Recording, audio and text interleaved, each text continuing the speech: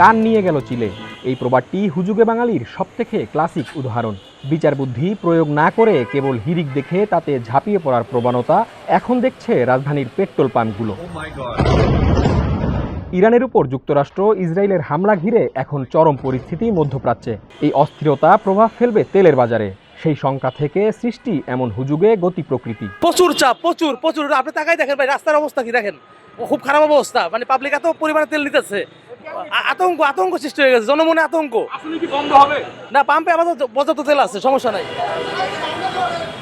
কয়েকদিন ধরেই বিভিন্ন পেট্রোল পাম্পে দেখা যাচ্ছে ক্রেতাদের অস্বাভাবিক ভিড়। জ্বালানির বাড়তি দর পকেট কাটবে এমন ভাবনা চেপে বসেছে তাদের মনে। ট্রেন থেকে তেল আসবে, সেখান থেকেই মনে করেন যে বন্ধ হয়ে গেছে।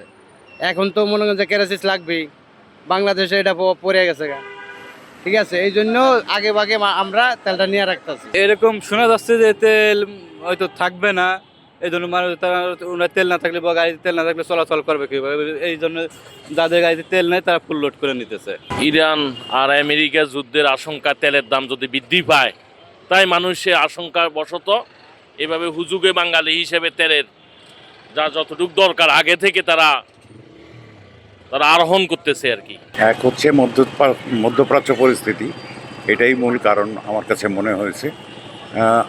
তাছাড়া কিন্তু এই সময়ে এত ভিড় হওয়ার কথা না। হ্যাঁ, তেল সংকট সামনে হয়তো দেখা যাবে, যদিও গভর্নমেন্ট একটা ঘোষণা করেছে যে তেলের সাশ্রয়ী ব্যবহার আর কি, ব্যবহারের সাশ্রয়ী হওয়ার জন্য এটাও একটা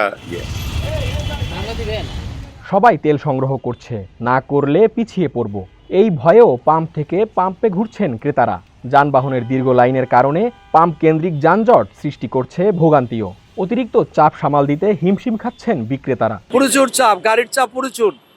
তেলের সংকট হবে বিলা গাড়ি ভিড় করতেছে। চাপ এটা তো জানি না, এটা কাস্টমার আমরা তো পারতাছি না দিদি, এত কাস্টমার আমরা মেলাইতে পারতাছি না। মানুষের মনে যে হয়তো ইরান যুদ্ধ লেগে যেতে পারে, তেলের দাম বেড়ে যেতে পারে, তেলে হয়তো প্রবলেম হতে পারে, এই মানুষের ভিতরে এটা ভয় আর কি, এছাড়া অন্য কিছু না। তারপরে মানে হুজুকে যদি বলা যায় না পাই, তো এটা কত না পাই একদিন দুদিন, তারপরে কি করবে, তারপরে তো চলতে হবে। তো এটা মানুষের হুজুক আর কিছু না, আর হুজুকের সবাই। মধ্যপ্রাচ্যের যুদ্ধ পরিস্থিতি সরাসরি দেশের মাটিতে না লাগলেও তার মনস্তাত্ত্বিক প্রভাব পড়েছে বাজার ও জ্বালানি খাতে।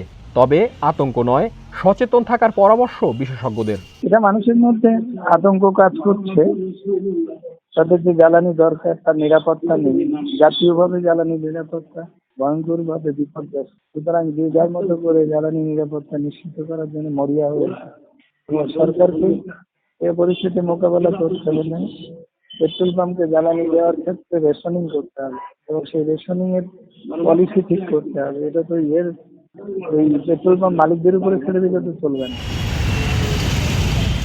বিদ্যুৎ, জ্বালানি ও খনিজ সম্পদ মন্ত্রী ইকবাল হাসান মাহমুদ টুকু বুধবার জানিয়েছেন, সাশ্রয়ী হলে জ্বালানি সরবরাহ ধরে রাখা যাবে মার্চ পর্যন্ত।